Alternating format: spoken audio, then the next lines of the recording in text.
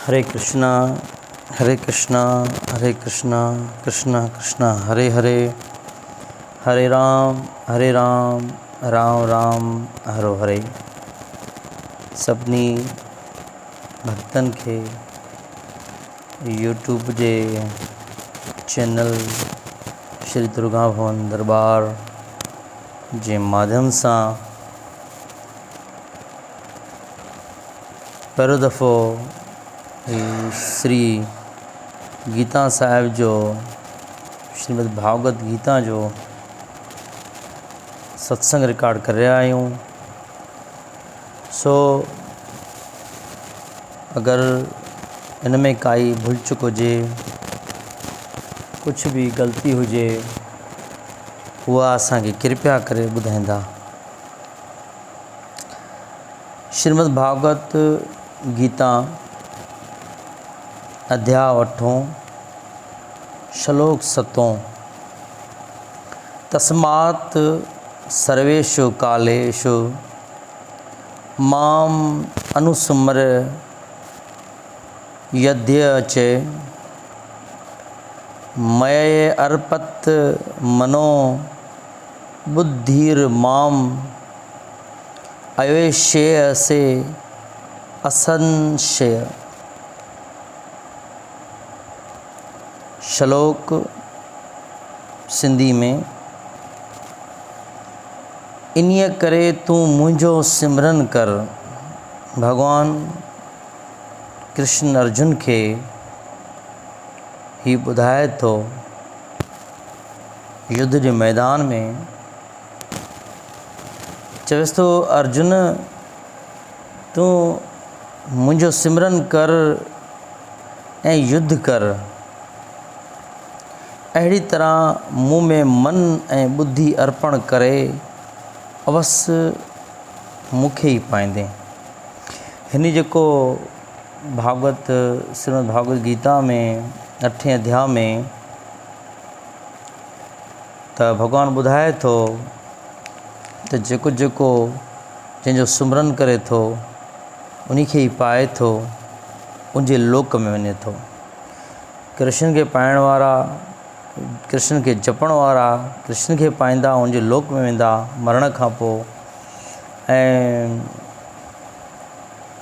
राम के मञण वारा राम जे लोक, विष्णु के मञण वारा विष्णु लोक में, शंकर के मञण वारा शंकर लोक में, ब्रह्मा के मञण वारा ब्रह्मा लोक में, माता के मञण वारा माता जे लोक में।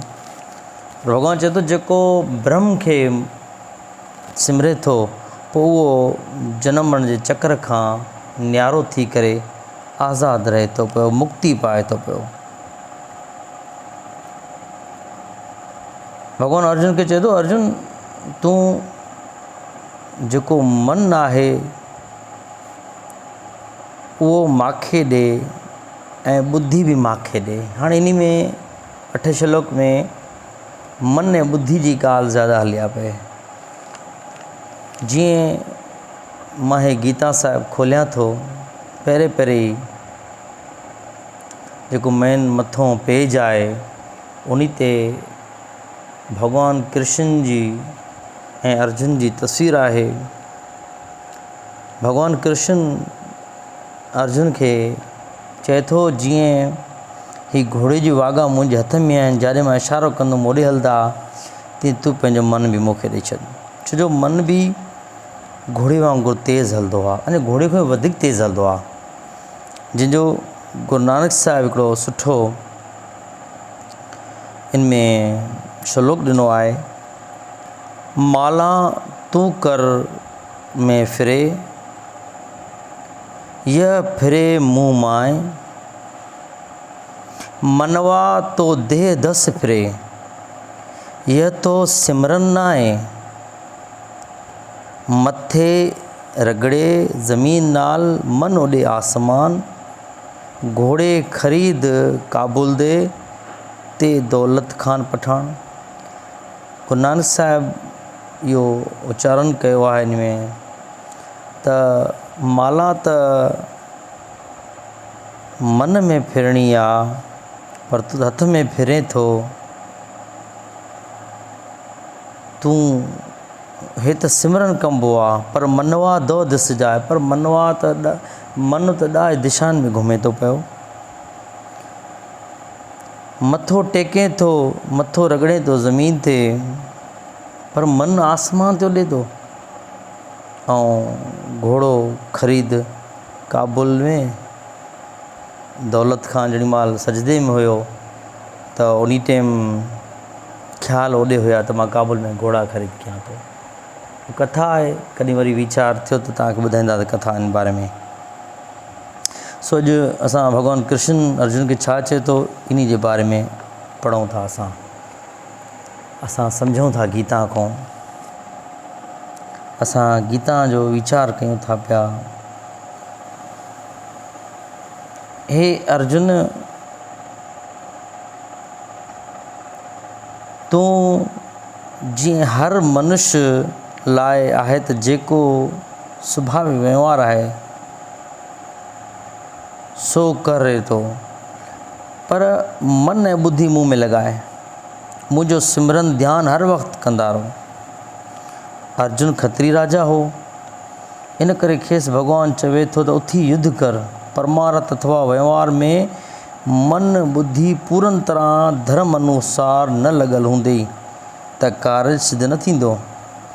मन जो मतिलबु आहे दिलि ऐं ॿुधी जो मतिलबु आहे निश्चो। इहे ॿई शरीर में प्रधान आहिनि ऐं इन्हनि खां सवाइ शरीर कुझु बि करण में समर्थ न आहे। दिलि जे न हले त शरीर मुर्दे बराबरि आहे ऐं दिमाग़ या निश्चो न आहे त को बि कार्य सिद्ध न थींदो। हाणे इंसान अगरि दिमाग़ न आहे त पोइ संसार जो कमु न हली सघंदो। दिलि न आहे त दिलि बीजी वञे त शरीर ई ख़तमु, ऐं जे मन बीजी वञे त इंसानु चरियो थी वेंदो आहे। भॻवानु चाहे थो त असीं इहे ॿई मंझसि भॻवान में लॻायूं। सभु फ़र्ज़ कर्म पंहिंजे वर्ण आश्रम या संसार में गृहस्थ आश्रम या सन्यास आश्रम जेको बि आहे उहो आश्रम खे निभाइजे, स्वभाव अनुसार करे। इन तरह ई सची सफलता हासिलु थिए थी ऐं सचो सुख पाए सघिजे थो। हक़ीक़त राय बालक अवस्था में हूंदे बि रुगो शरीर धर्म मथां क़ुर्बान न कयो, पर मन ऐं ॿुधी बि उन में लॻा हुया, उहे बि क़ुर्बान कयईं। हिन ॿुधी ऐं दिमाग़ सां सम्झो थिए त धर्म ई सभु कुझु आहे ऐं दिलि सां दृढ़ निश्चो कयईं त सूरज भली हेॾे होॾे थिए पर मां तिर जेतिरो बि धर्म न तुरकंदुसि, माना परे न थींदुसि। खणी मूंखे तोपूं लॻनि, बंदूकनि सां मारियो वञे, कुझु बि थिए, फ़ाइदे चाढ़ियो वञे, पोइ बि न फिरंदुसि। गुरु गोबिंद सिंह जे शहज़ादनि बि धर्म तां दिलि ऐं दिमाग़ सां गॾु शरीर बि क़ुर्बान कयो। मन ऐं ॿुधी जे लॻाइण खां सवाइ को बि कारज, को बि क़ुर्बानी न थी सघंदी आहे, का बि शेवा न थी सघंदी आहे जेसि तक असां कंहिं भॻवान में या कंहिं संत में जेसि तक असां निश्चो न रखंदासीं ऐं मन सां प्यारु न कंदासीं, असां शेवा न करे सघंदासीं। अगरि असांजो भॻवानु कृष्ण सां प्यारु आहे त असां शेवा बि कंदासीं, कृष्ण मंदर में वेंदासीं, शेवा कंदासीं, ग्यारस शेवा कंदासीं। असांजो राम में आहे त राम मंदर जी शेवा कंदा, माता में निश्चो आहे त माता जे मंदर जी शेवा कंदा चईंदा। ऐं कंहिं संत में निश्चो आहे या संत सां असांजो प्रेम आहे दिलि सां, त असां तन मन सां उते शेवा कंदासीं, धन बि उते अर्पण ॾींदासीं, मन बि ॾींदासीं ऐं तन बि ॾींदासीं। सो इन करे भॻवानु असांखे सम्झाए थो जेसि तक असां ॿुधी न लॻाईंदासीं कोई बि कारज, कोई बि क़ुर्बानी न ॾेई सघंदासीं। असां जिन वीर पुरुषनि भगतनि ऐं दान वीरनि जा नाला अॼु ताईं यादि ऐं क़ाइमु आहिनि, उन्हनि सभिनी न रुगो तन सां पर मन ॿुधी सां देश धर्म ऐं जाति जी शेवा कई, परमात्मा जी भक्ति उपासना कई। वॾा वॾा उपदेशक कीर्तनी ऐं कथाऊं ॿुधंदा आहियूं, कीर्तन कथाऊं ॿुधंदा आहियूं, पर जे मन ऐं ॿुधी इन तरह न लॻल आहिनि त कख बि पले न पवंदो, कुझु बि न हथ न ईंदो।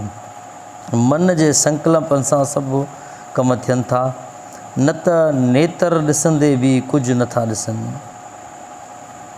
किन ॿुधंदे बि कुझु नथा ॿुधनि, वात खाईंदे बि नथो सम्झे त छा खाधुमि। मन वरी ॿुधी अधीन जहिड़ी आहे, जहिड़ी ॿुधी हूंदी अहिड़ो ई मन थींदो। जे वस में इंद्रियूं आहिनि ऐं वरी शरीर जा हथियार आहिनि, जे ॿुधी सालम ऐं धर्म अनुसार परमात्मा लॻल आहे त मन बि लॻंदो। हाणे कई दफ़ा ॾिसो कंहिंखां पुछंदा आहियूं त बाबा हे ॿ ॼणा वेठा छा ॻाल्हाइनि पिया, चवंदो यार मां ॿुधो सही त छा ॻाल्हायूं, पर मुंहिंजो ध्यानु न हुयो। मां इहो ॾिठुमि मां इहो ॾिठुमि, ॻाल्हाईंदा वेठा आहिनि पर छा ॻाल्हायूं मां इहो ध्यानु न ॾिनो। यानी ध्यान जी ॻाल्हि हूंदी आहे, मेन ध्यानु आहे। जंहिंसां ध्यानु असां प्रभु में न लॻाईंदासीं, प्रभु भॻवानु कृष्ण असांखे चए थो जेसि तक ध्यानु न ॾींदासीं एसि तक कोई कमु न पवंदो। पर भॻवानु ॿी ॻाल्हि बि करे थो त जीअं बाहि या बर्फ़ जे अॻियां बिना ख़्यालु न हुजे, कोई बि ईअं अॻितो वेंदा आहियूं हिकदमि वरी बाहि बरती सेक लॻंदो आहे त ख़्यालु अची वेंदो त सेक लॻो, या बर्फ़ जे कारखाने अंदरि वेंदा आहियूं त महसूसु न कंदा बर्फ़ जे अॻितो अची विया आहियूं।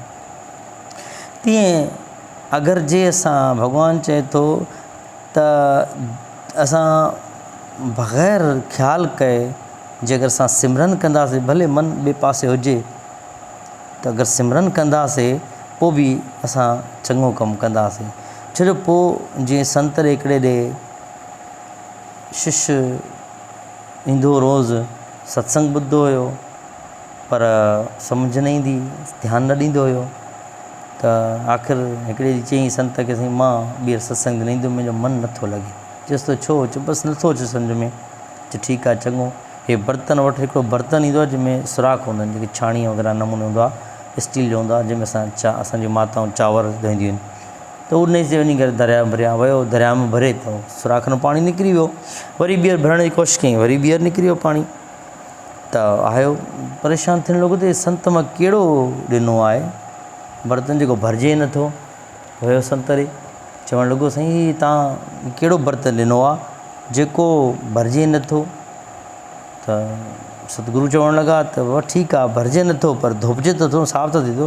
तीअं तूं सत्संग ते रोज़ु अचु न, भले सम्झ में नथो अचे पर मन त पासो थिए थो न। तीअं परमात्मा बि असांखे भॻवानु कृष्ण भागवत में बि इहो ई असांखे ॿुधायो आहे ऐं गीता में बि असांखे सम्झाए थो भॻवानु त भले मन नथो लॻे लेकिन पोइ बि सिमरन में करिणो आहे। प्रहलाद बालक अवस्था में हो पर ॿुधी दृढ़ हुई, मज़बूत हुई त राम नाम जपणु धर्म आहे ऐं इन लाइ संदसि पिता खेसि केतिरा बि दुख ॾिना त बि हिन जो मन न लुॾियो ऐं सो धर्म ते क़ाइमु रहियो। हिन ॾिठो हो त जीअं राम ॿिलीअ जे ॿचिड़नि खे कुंभार जे ॿरंदड़ भठीअ में बचायो, पोइ मूंखे बि ज़रूरु बचाईंदो। प्रहलाद भॻत घुमंदो घुमंदो आयो त परेशान बीठो हुयो। कुंभार पुछणु लॻो छो परेशान आहे? चए ॿिली जा ॿलूंगड़ा दिले में पिया हुया, मां भठी खे ॿाहिरि ॾेई छॾिया। चयईंसि पोइ? बसि हाणे प्रभु खे यादि कयां थो पियो, अरदास कयां थो, राम खे पुकारिया त पोइ राम बचाईंदो। चयईं वाक़ई राम बचाईंदो आहे। बीठो रहियो, भठी तयारु थी वई, दिला तयारु थी विया। जीअं ॿार दिला लाथईं कईं, उहो दिलो कढईं, ॿिया सभु दिला पची तयारु थी विया, लेकिन उहो जंहिंमें ॿिली जा ॿलूंगड़ा हुया, ॿचिड़ा हुया, उहे कचो कचो रहिजी वियो। त पोइ यकीन आयो त जेको राम ॿिली जे ॿचिड़नि खे कुंभार जी ॿरंदड़ भठी मां बचाए सघे थो, उहो अगरि मूंखे पिता कोई बि ज़ुल्म कंदो मूं न बचाईंदो। राम राम सबको कहे, कहने का विचार, वेही राम साधु कहे, वेही कहे संसार।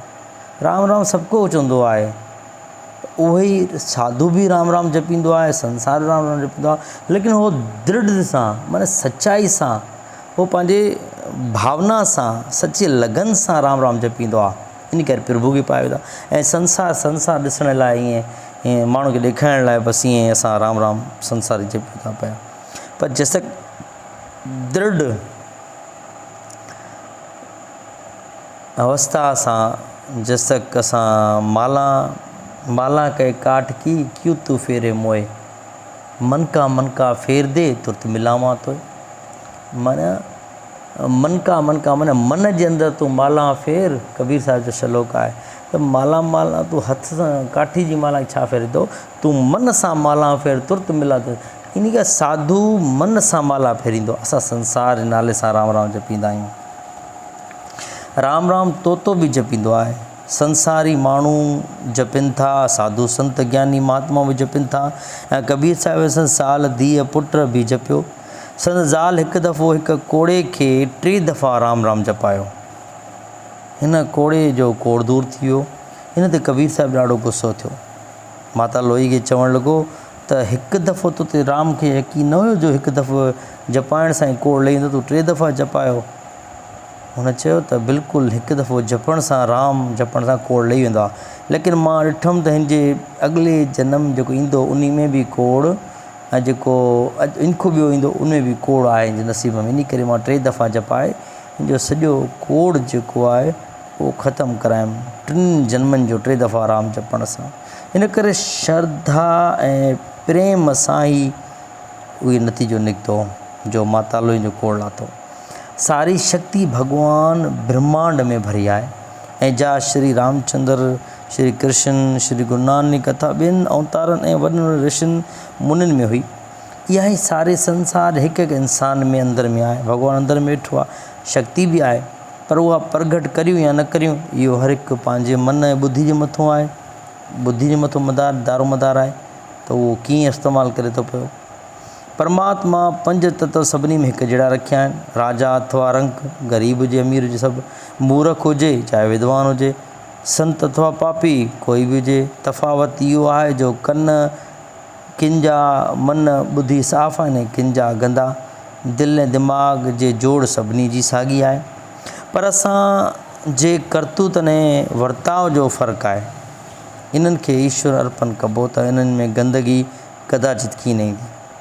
पर वधीक खां वधीक शक्ति ईंदी वेंदी जेकॾहिं को सम्झे त हिन हिकु श्लोक में सिख्या बि काफ़ी आहे। अगरि जे सम्झे माण्हू त हिन हिकु श्लोक में शिक्षा जेका मिले थी असांखे ज्ञान मिले हिकिड़ो ई काफ़ी आहे।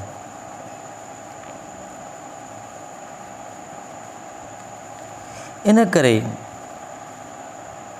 अंदर में अगरि मन में गंद या मिटी, जीअं कंहिं बर्तन ते मिटी या गंद लॻल हूंदो आहे, उनखे जंहिंसां दिलि सां साफ़ु न कयो वेंदो या कट चढ़ियल हूंदो आहे, दिलि सां साफ़ु कंदियूं आहिनि माताऊं असांजूं, सुणिबो हूंदो आहे त साफ़ु थींदो आहे। अगरि असां ईअं आराम सां हथु घुमाए करे छॾे ॾींदासीं त साफ़ु थींदो ई न। जन्मनि जे बुरनि कर्मनि करे इन मन ते गंद या पर्दा चढ़ी विया आहिनि जिन खे साफ़ु करिणो आहे। इन उज्जवलता खां सवाइ वेदांत जो सिद्धांत आत्म वीचार पाए न सघिबो।